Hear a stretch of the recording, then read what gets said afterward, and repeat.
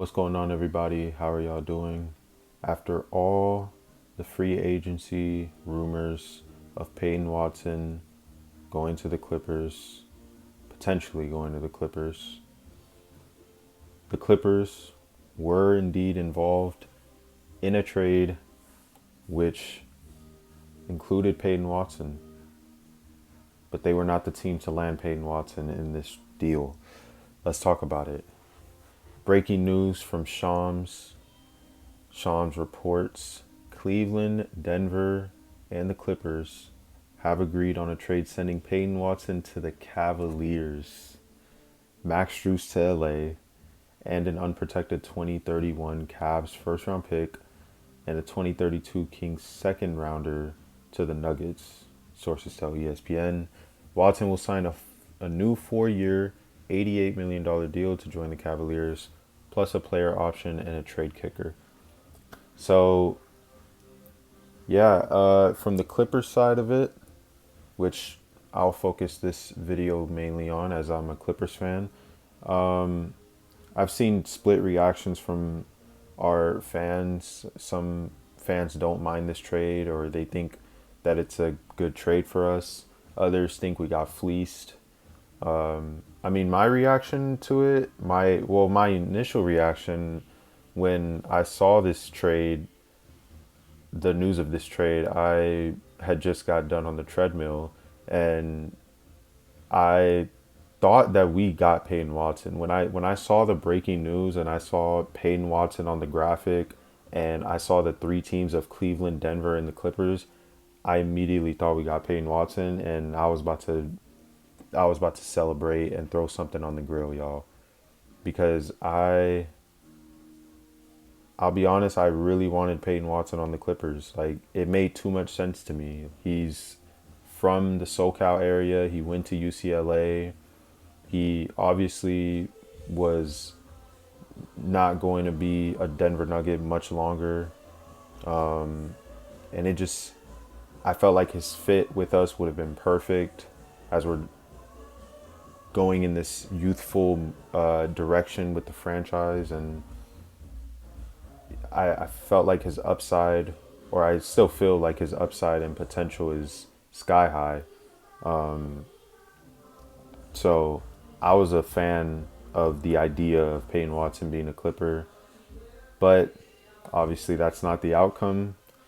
So once I kind of, once reality set in and I was like, okay, Peyton Watson is not a Clipper. He's going to be a Cavalier. And we acquired Max Strus. Look, Strus is a decent player, y'all. He's a decent player. So, in terms of the pickup itself, this is a solid pickup. Like, think about it this way: if we got Max Strus basically for free, because we were in this trade, but we didn't trade anything for him. I guess besides the second round pick, right, that we got in the Janai Broom trade. It's like the second round pick. So we essentially got Max Strus for free. If we were to get Max Strus separate from a Peyton Watson deal that we were included in, Clippers fans would love the signing and the pickup of getting Max Strus. But because it's in this deal that involves Peyton Watson, who was our top target in free agency, and we missed out on him, it feels like we downgraded from Peyton Watson dreams and hopes to settling for Max Strus. But no, this is a really solid pickup. Max Strus is a good player in this league.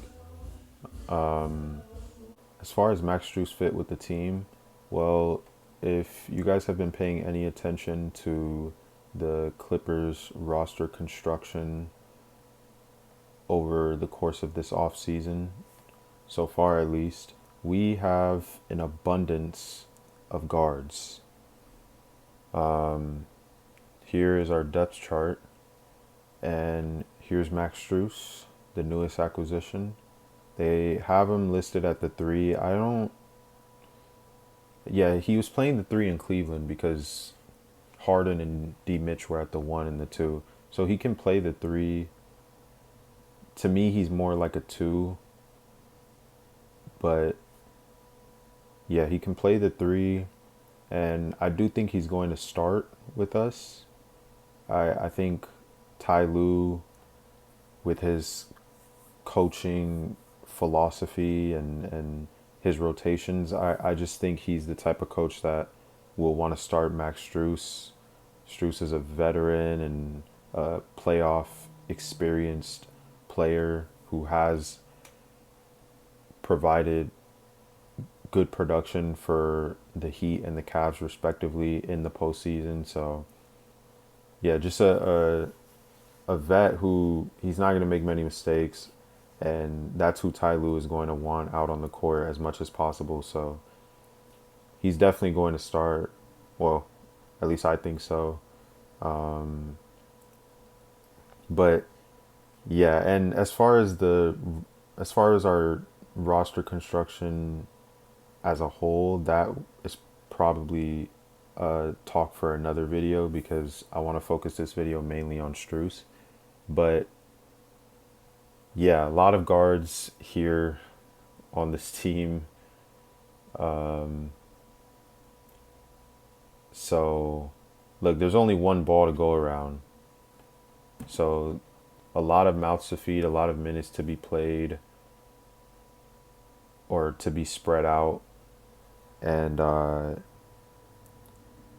yeah, I mean, Strus, he's I was thinking about this earlier. He's probably our best shooter that we've had since Luke Kennard. Because when I think of Strus, I think of, I mean, he can do more than just shoot the ball, but Strus is a pretty good shooter. He can knock the 3 down on a consistent basis, and yeah, I think he's our best shooter, our best catch and shoot shooter since Luke Kennard. So that's definitely a plus because he's going to be able to space the floor and be a threat on the perimeter from 3. And of course, like I said, he can do more than just that. He's a pretty good defender. And yeah, just he's a solid player, y'all. He is. So yeah, and I have some notes on my phone, some other things I wanted to hit on in this video. Strus is reunited with Darius Garland as they played together in Cleveland. So yeah,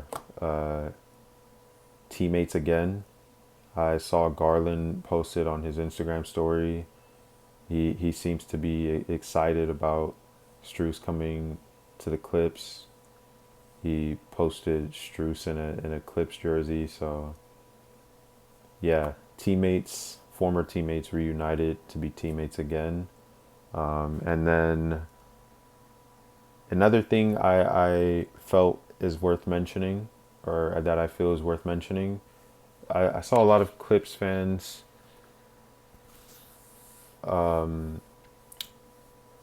talking about the possibility of us trading Max Strus at the trade deadline next season, which is a fair thing to bring up because that I think that is a real possibility, considering we're obviously not going to be contenders next season. And so if we're a team that's willing to sell at the deadline, like I don't think we're going to do a fire sale and like trade Garland, trade BI, assuming he's on this team next season, trade, like we're not just going to fire sell. But if we have pieces on this team, valuable assets and assets and players that other teams would want on their team to make a real push to a championship, like a Rui, like a Strus, like a Derrick Jones Jr. if he still is on this team at the deadline, by the time we get to the deadline, even like a Chris Dunn These are all guys that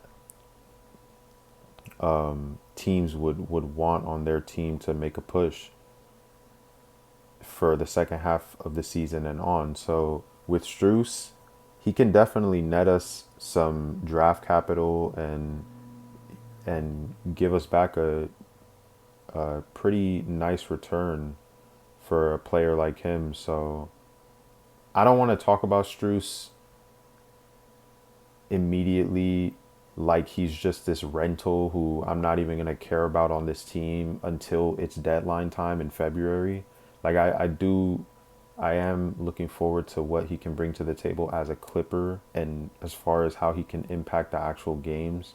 Like I said, I think he's the best shooter that we have had since Luke Kennard, so I'm looking forward to seeing him just cash threes on a game to game basis because we don't normally have guys like that. Guys that we have had that have been able to knock threes down, they don't do it on a consistent enough basis. And I think if Strus can stay on the court as far as health, because he missed a lot of time for Cleveland last season, he's going to do that for us. So yeah, I don't want to talk about him like he's just this rental that I'm waiting until the deadline to dump him for a draft capital.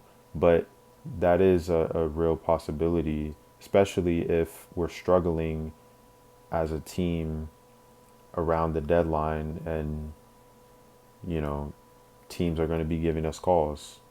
Obviously, if we're doing a lot better than what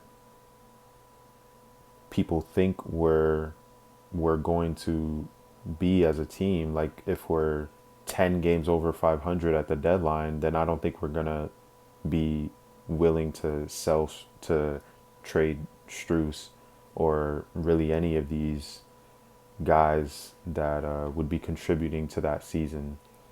So yeah, those are my thoughts on Strus and his fit with this team. Yeah, unfortunately, Peyton Watson is not a Clipper, but I mean, at some point, you gotta you have to just accept it, right?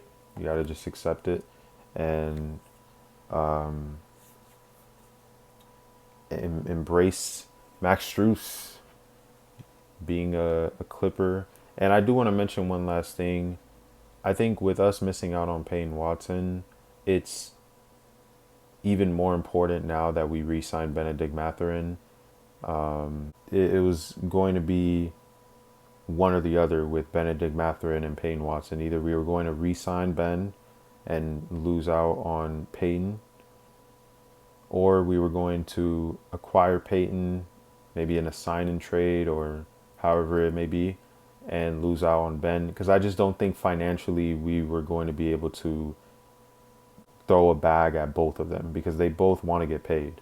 And they're both, well, Payne did get paid. Ben still wants to get paid, and he is going to get paid by a team. If it's not us, the Bulls or the Pels, they're going to throw a bag at him. We just weren't going to be able. It wasn't realistic to acquire both of them or to retain Ben and acquire Peyton. So I think it's highly important that we re-sign Ben, we retain him. Ben has a lot of upside, a lot of potential, and he's only 24. So yeah, I know if, I mean, we see this depth chart. I know he is a guard, so if we do re-sign him, it's only going to make this guard situation more complicated and worse. Like, not the depth, but, the situation. We have a lot of guards, too many. So, but like I said, that's a talk for another day. But yeah, we have to retain Ben after losing out on Peyton.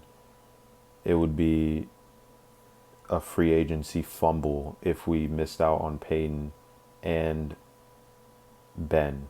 So yeah, got to re-sign Ben. As long as we do that, I think it'll make missing out on Peyton Watson even, and I'll be okay with it. So, yeah, I had to talk about this because I had mentioned a few videos ago in one of my past videos the possibility of us getting Peyton Watson. So I felt like I owed it to you guys to talk about this trade because I mentioned how that whenever that acquisition of Peyton Watson, us getting Peyton Watson, hopefully would happen, that I would post a video about it. So even though we didn't get him, it still relates to us. So